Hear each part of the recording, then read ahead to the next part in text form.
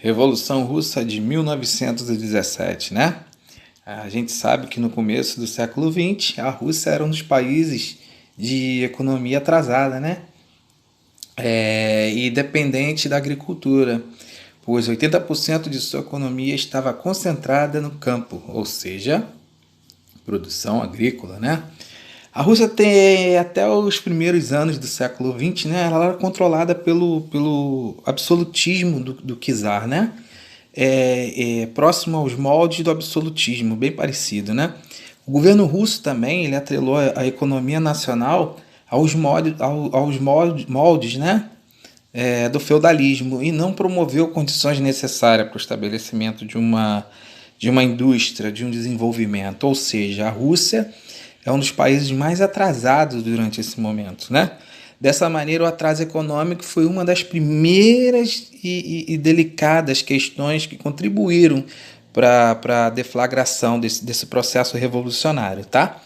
O governo de czar Alexandre II, né? Que ele começou, né, implementando medidas que buscavam modernizar a Rússia, né? Ele deu fim aos laços feudais e formou uma nova classe de pequenos camponeses proprietários de terra, gente, tá? Ou seja, a Rússia czarista, né, e os trabalhadores rurais viviam uma extrema miséria e pobreza, né? Pagando altos impostos para manter a base do sistema de czar do Nicolau II, né? O czar que governava a Rússia de forma absoluta, ou seja, concentrava poderes em suas mãos, não abrindo espaço para a democracia. Mesmo os trabalhadores urbanos que desfrutavam, né, os poucos empregos que havia, né, nas indústrias, viviam descontentes com o governo do czar. Bom, galera, por falar em martelo e foice, né? Vocês sabem o que significa o martelo e a foice, né? Que vai ser usado até na bandeira da União Soviética, né? São símbolos que representam a classe trabalhadora, né? O trabalho agrícola e o trabalho industrial, né? Respectivamente, né? Entanto, um emblema mais conhecido por ele ter sido incorporado à bandeira vermelha da União Soviética, né? Bem como cada um, né? Com uma das suas repúblicas constituintes, beleza? Trabalhadores descontentes com o czar. Vamos lá. Mesmo os trabalhadores urbanos, né, eles que desfrutavam de poucos empregos da fraca indústria russa, né, eles viviam descontentes com o governo do czar também. Ou seja, no ano de 1905 Nicolau II mostrava, né, de forma violenta e repressiva o seu governo. Ou seja, os gastos com a guerra, os prejuízos fizeram aumentar muito mais a insatisfação popular e com o czar. Ou seja, aqui está uma foto aqui que vocês estão vendo do Domingo Sangrento, né? Da execução das pessoas que foram fuziladas na Praça Vermelha. Beleza? Aqui começa então a formação dos sovietes, sob a liderança de Lenin, né?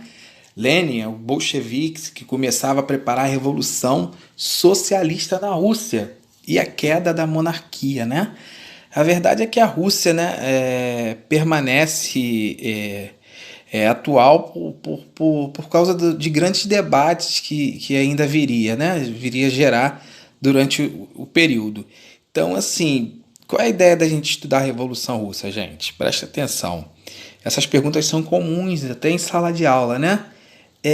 Na verdade, esses grandes debates ele acaba gerando, fazer com que a gente entenda melhor, né? O que aconteceu no início do século XX, né? E também entender algumas questões fundamentais sobre política contemporânea, né? Que se articulam, ou seja, a partir desse debate entre esquerda e direita que a gente conhece hoje. Beleza? Bom, a revolta de 1905, né? Na verdade, em 1904, devido a uma disputa imperialista por territórios da China, né? O governo russo ele entra em guerra contra o governo japonês. Ou seja, a Revolução Russa de 1905 era considerada o marco inicial da famosa Revolução Russa que vai vir em 1917, galera, tá? No começo do século XX, a Rússia ainda era um país absolutista, com o poder centrado na figura do czar. O czar é a mesma coisa que o império, tá? Vou ressaltar novamente, né? A transição do feudalismo para o capitalismo, né?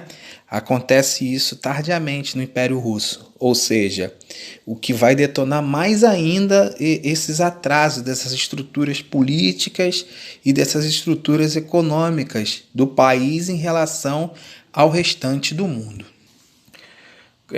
Com o exército despreparado, os russos foram derrotados pelos japoneses, né, em 1905 e, né, essa derrota agravou ainda mais a insatisfação popular, né, devido às dificuldades econômicas do Império Russo. E o Império Russo vai investir em guerra no momento em que a Rússia está passando por esse momento de crise, né, desse absolutismo, né, desse país extremamente atrasado em relação às outras potências e ela se metendo numa guerra que na verdade não era dela, né, gente? O regime czar ele foi abalado por uma série de revoltas sociais, dos quais os líderes socialistas participaram ativamente, organizando as manifestações desses trabalhadores. Diante das revoltas do czar, né, que a gente está falando aqui, né, os trabalhadores eles prometeram, né, realizar importantes reformas, como o conhecido Duma, né, que vem do parlamento, né, essa revolta, essa palavra Duma, ela é de parlamento, significa o parlamento, tá? Ou seja, a revolta de 1905 fracassou e os liberais e o abandono, né? E a promessa dos liberais que eles haviam feito, né? Greves, manifestações e queda da monarquia. Bom, galera, preste atenção nisso, né? As greves de trabalhadores urbanos e rurais, eles vão se espalhar por esse território russo, né? Ocorria muitas vezes motins dentro do próprio exército russo, né? As manifestações populares que pediam democracia, mais emprego, melhores salários, né? O fim da monarquia czarista, né? Em 1917, né? Nicolau II ele foi retirado do poder para o Kerensky, que vinha assumir, né? Que o Kerensky ele era do grupo dos mencheviques, né?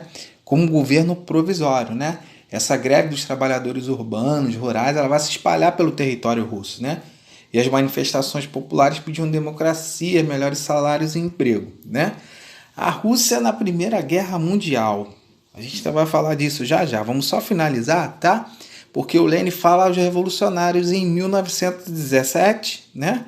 A Revolução Russa de outubro de 1917, com o Kerensky no poder, né?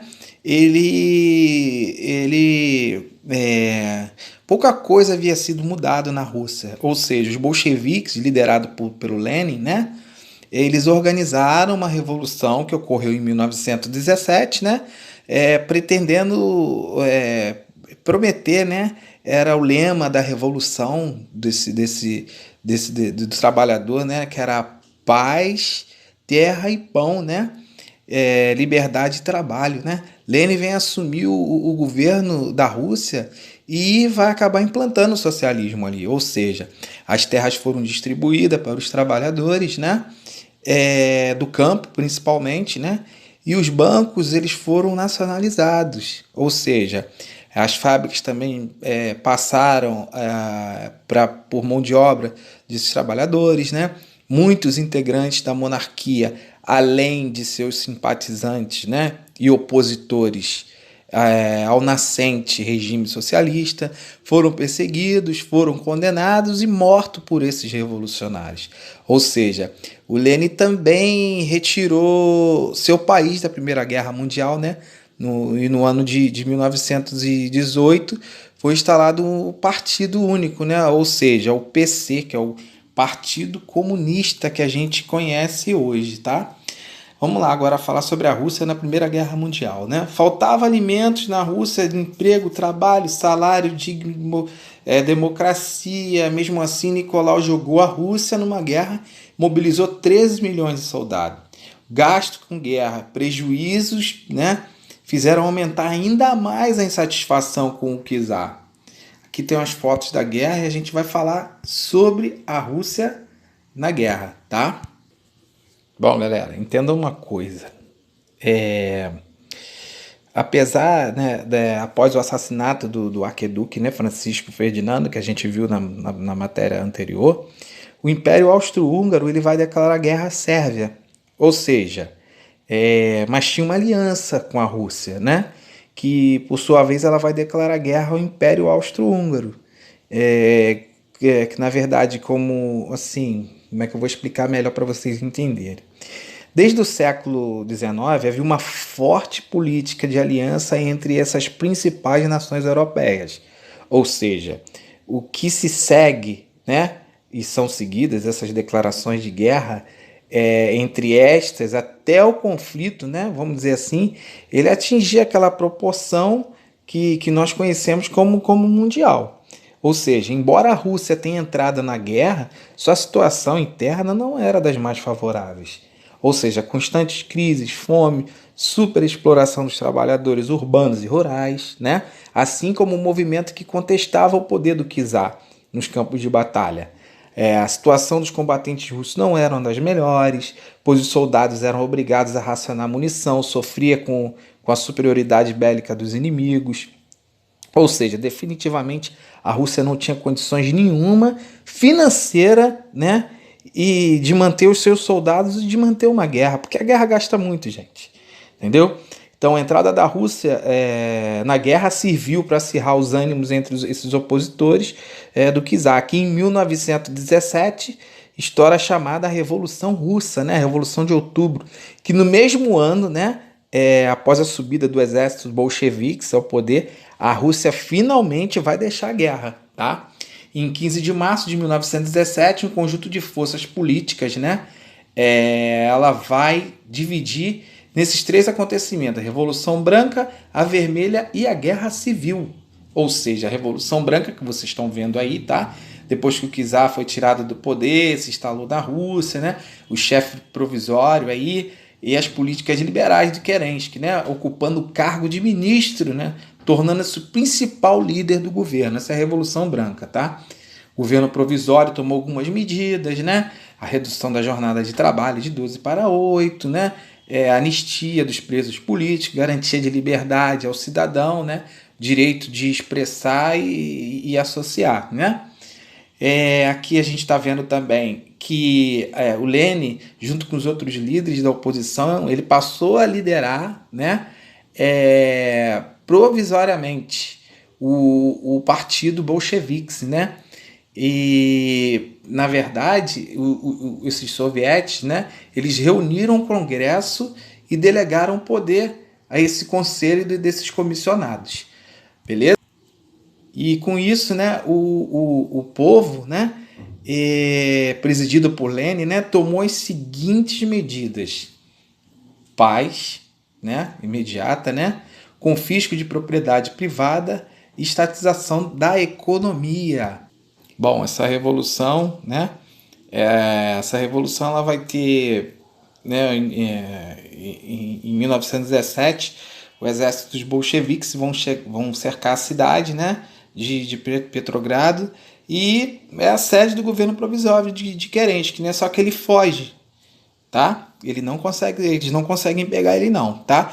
Essa causa imediata dessa guerra civil que ela vai acontecer na Rússia, né, gente, foi a oposição existente em grande parte, né, do território russo contra o governo recém-instalado dos bolcheviques no país, né?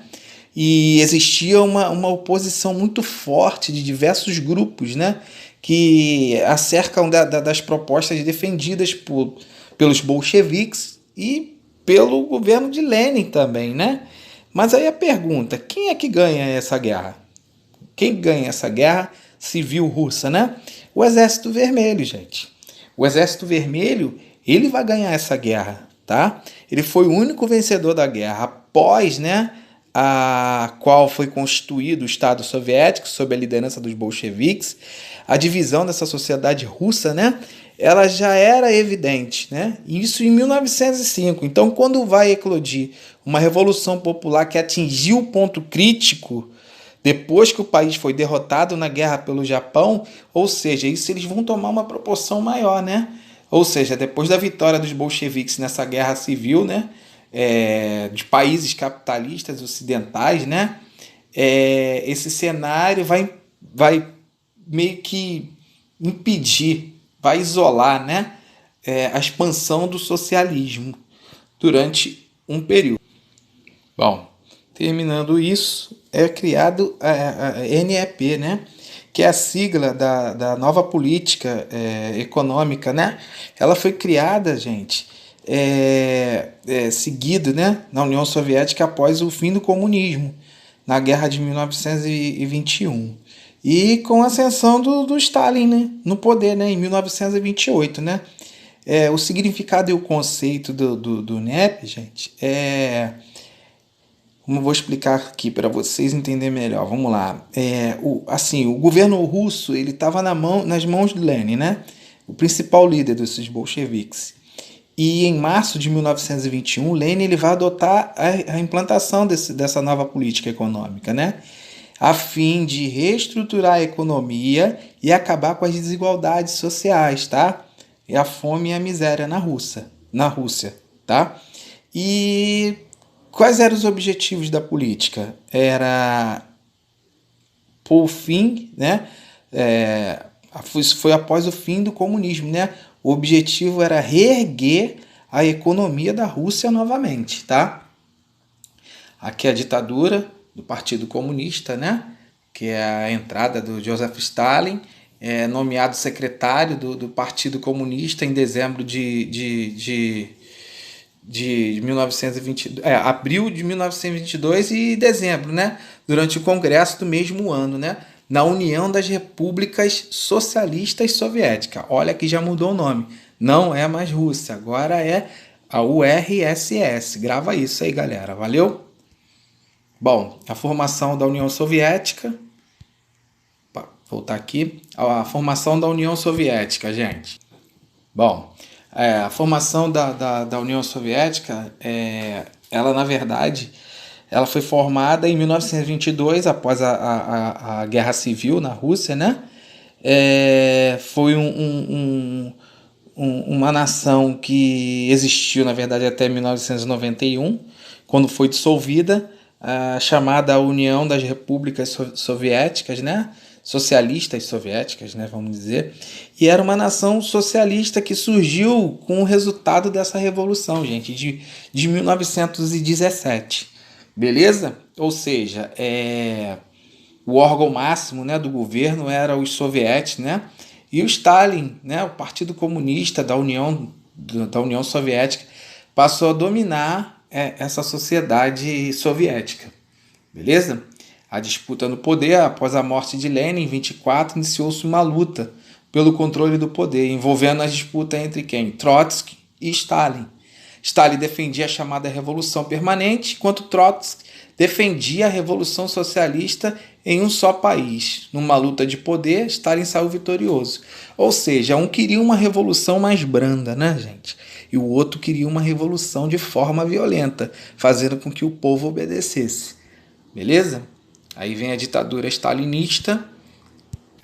Bom, o stalinismo, né, ele é defendido por alguns historiadores como um do regime totalitário, né, que existiu na Rússia, na União Soviética, melhor dizendo, de 1927 a 1953, tá, gente? Foi constituído pelo líder do país, o Joseph Stalin. Esse governo ele realizou transformações profundas na União Soviética, gente, e realizou uma implacável perseguição aos seus opositores, tá?